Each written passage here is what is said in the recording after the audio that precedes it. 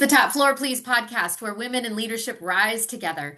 I'm your host, Melissa McCormick, executive coach and founder of the Grace and Salt Leadership Academy. This is your space to find clarity, grow in confidence, and lead with bold authenticity. Whether you're navigating the boardroom, building your team, or stepping into new territory, you're not alone. Let's talk real challenges, real growth, and real leadership because the top floor isn't just a place, it's a mindset. Alrighty then, let's get started. All right. Well, this is a special episode. This is a Thanksgiving episode. You like my scarf? I really like it.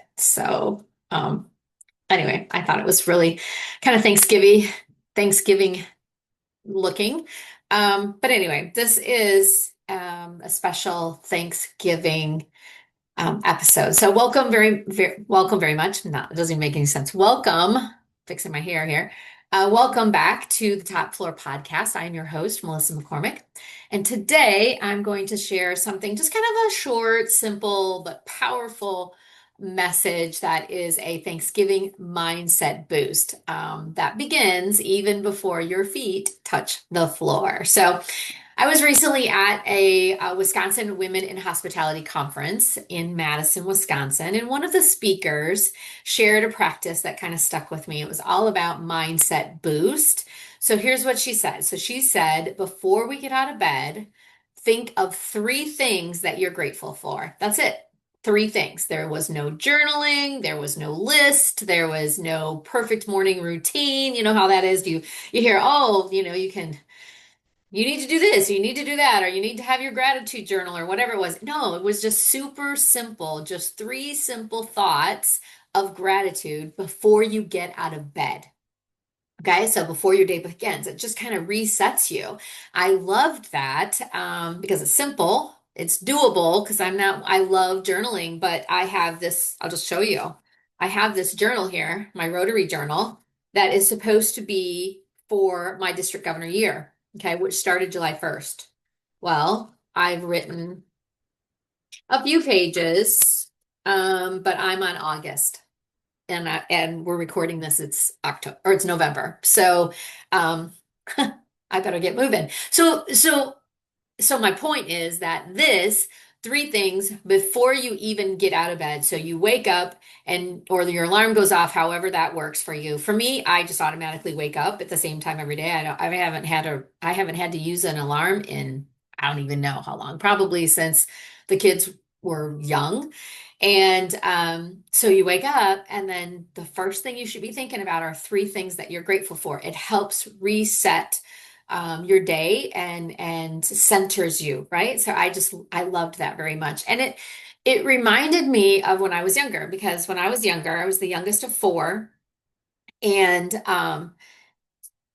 it's summertime and you're bored and you go to your mom like, well, I'm bored. I don't have anything to do. Blah, blah, blah, blah, blah. Or so and so just got a new coat or a new bike or whatever.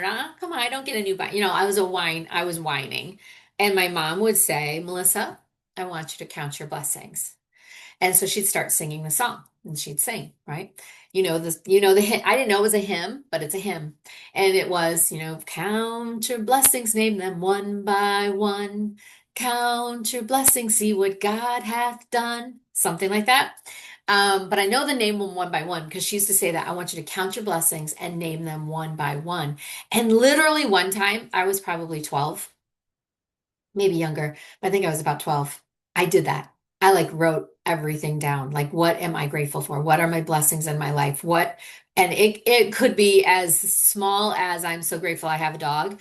I am so grateful that I have podcast listeners. I'm so grateful, right? It could be really super small or it could be really big. Like, I am so grateful that I have my health. I am so grateful that my mom, who's 89 years old, is still with us and she's kicking and is an amazing, amazing woman. It could be, it could be, I'm so grateful, whatever it's grateful for in your world, but I just want you to spend some time. So we're going to do that right now. I want you to spend some time this second, right? So you can put this on pause and I want you to take a deep breath in. Right? So in through your nose and out through your mouth. Think of one thing that you're grateful for that's steady, something that's been with you for a while. Okay, so let's do that. Great. Now I want you to think of one thing that's new, something that's shown up recently.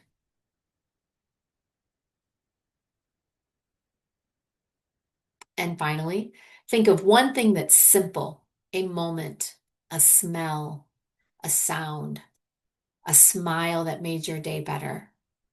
Okay, so those are the three things. I want you to take another deep breath. That feeling that you're feeling right now, that's perspective, and that's peace. Starting your day with gratitude, it shifts how you see the world.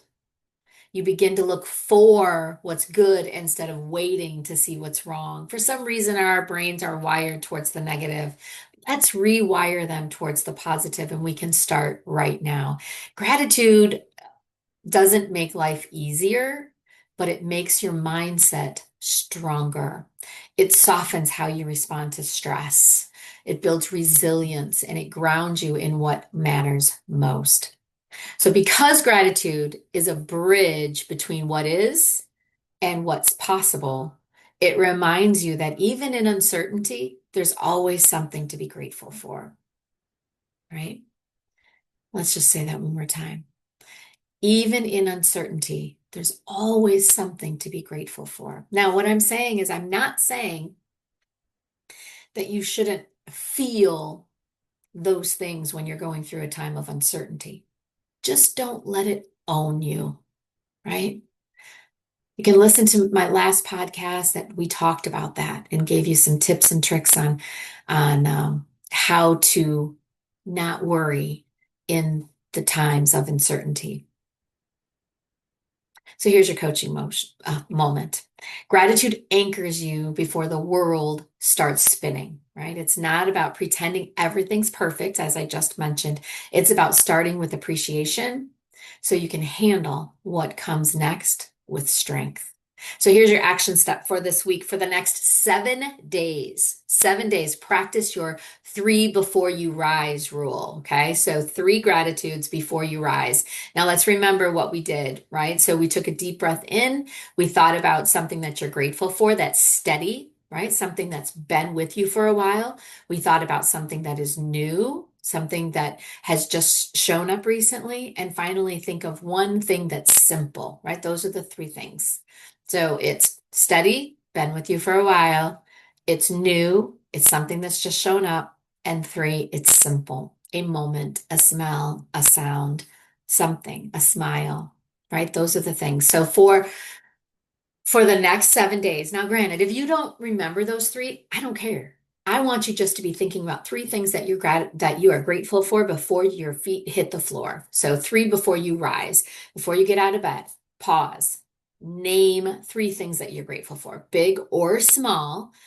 Say them out loud if you can, although if your partner might think you're strange, so you might want to tell him or her, depending on if you're in a relationship, married or not.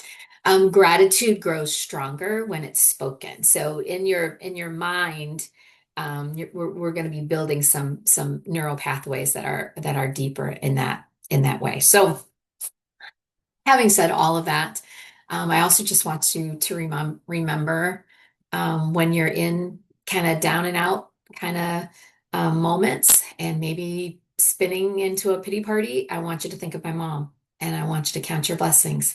I want you to name them one by one and count your blessings and see what God has done. All right. Thank you for hanging out on the top floor. We're excited to have you here. Wishing you a warm and peaceful Thanksgiving filled with grace, gratitude, and growth. Remember, you don't have to lead like everyone else. You just have to lead like you. Happy Thanksgiving, everyone.